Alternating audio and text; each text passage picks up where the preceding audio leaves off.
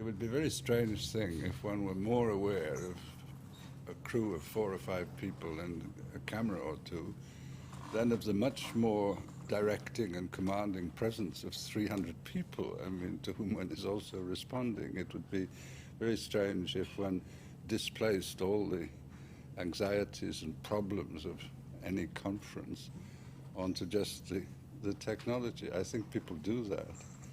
I think we have to get used to it for record and so on, and I find I quite quickly forget it, which is probably the best way of using it. I don't know whether... Yeah. No, it was easy to forget it, but as you noticed at the end, it became a subject of the conference. Cameras in the hall. They are filming a documentary on the conference. Relinquish the podium. Can I have the TV cameras switched off while I make my comment? Yeah, turn off the TV camera, please. I think it should become a subject because, well, now the new kind of intellectuals who are becoming has to integrate in their activities, in their social activities, those technical modalities. 20 years ago or 25 years ago, I couldn't speak, really, I couldn't speak when a tape recorder was on the table. And now, I don't even notice it. The only analogy I would find between the Christian negative theology scene I was describing last night, and this one is my suffering here.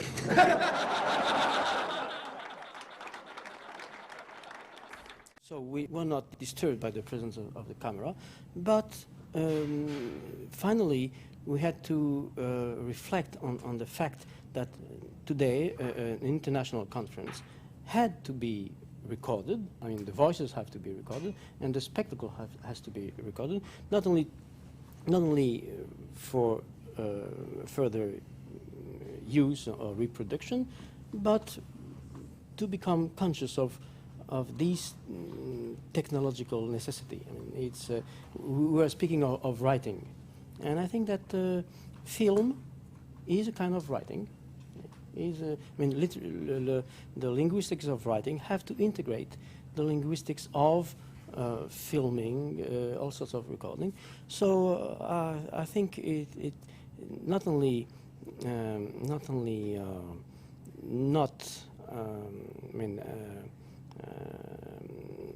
an obstacle, not an obstacle, but a necessity today to have conferences filmed.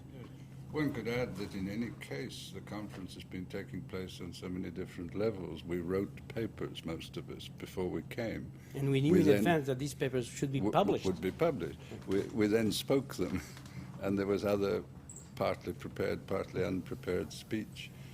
The notion of recording and of filming, as you say, which will be a different kind of record because a different medium and selection.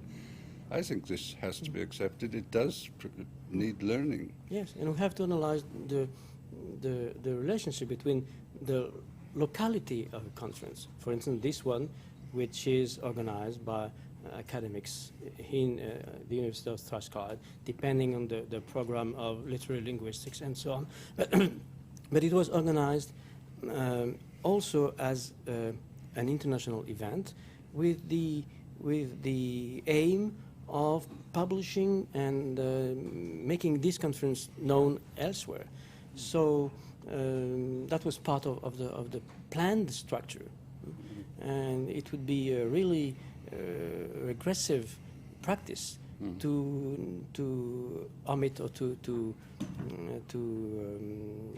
do without those technical apparatuses. Or even worse, to refuse them, because this would be cutting oneself off from a situation which is increasingly important. I was wondering, because it's in a way part of the same problem, how you felt coming into an English-speaking conference. There was some reaction that it was in any case Eurocentric, but it was also English-speaking, which disguises the fact, of course, that there were British and Americans here, which very different cultures. Because this whole problem of the movement of ideas, which we now say is very simple across frontiers, books get translated or we learn to read others' languages, it still seems to me that although it occurs favorably in many instances, this movement, a sort of import and export of ideas and writing, always takes place within certain social situations of which we have to become conscious.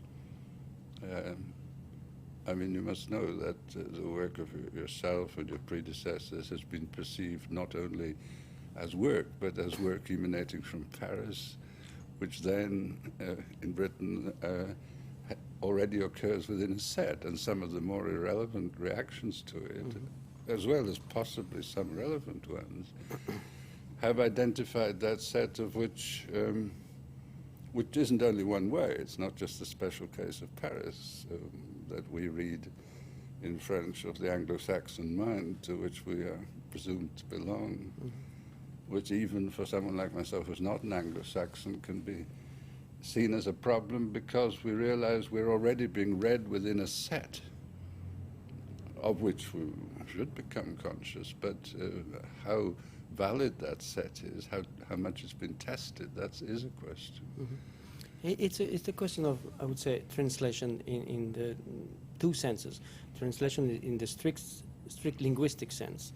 And from that point of view, I was attentive to the fact that the English-speaking community here was very diverse. I mean, and there were so many conflicts and differences within this community, Right. not only between Americans and English or Scottish people, but among English speakers themselves, and the problem of sub-languages, dialects, social dialects was at the center of the conference. So there is the problem of translation in this strict sense, which already brings with itself the problems of social groups, communities in the academy, outside of the academy. And there is, as you just pointed out, the problem of translation in the broad sense, that is the reception of another, not only national, but another style of thinking, which sometimes is not simply national. The reception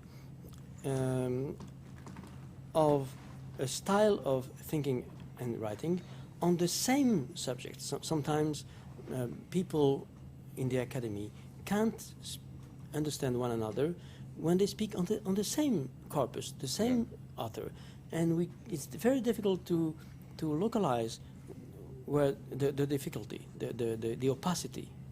It's not simply a matter of language in the strict sense. It's a matter of layers of assumptions which build the tradition, and the implicit evaluations which are always at work in any discourse, in any rhetoric.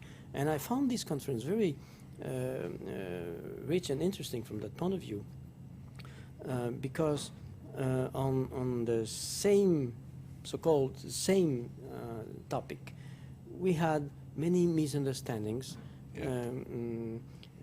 because simply the implicit traditional assumptions were not exhibited, was just kept in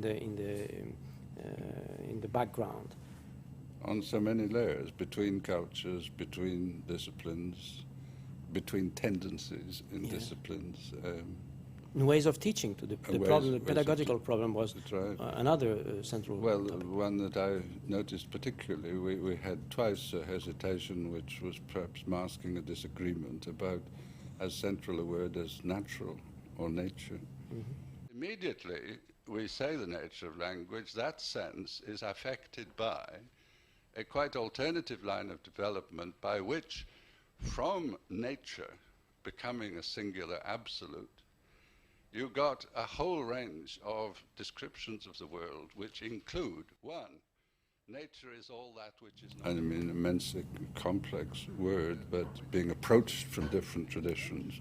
This now not a matter of language, I think, primarily, but of different intellectual traditions, scientific and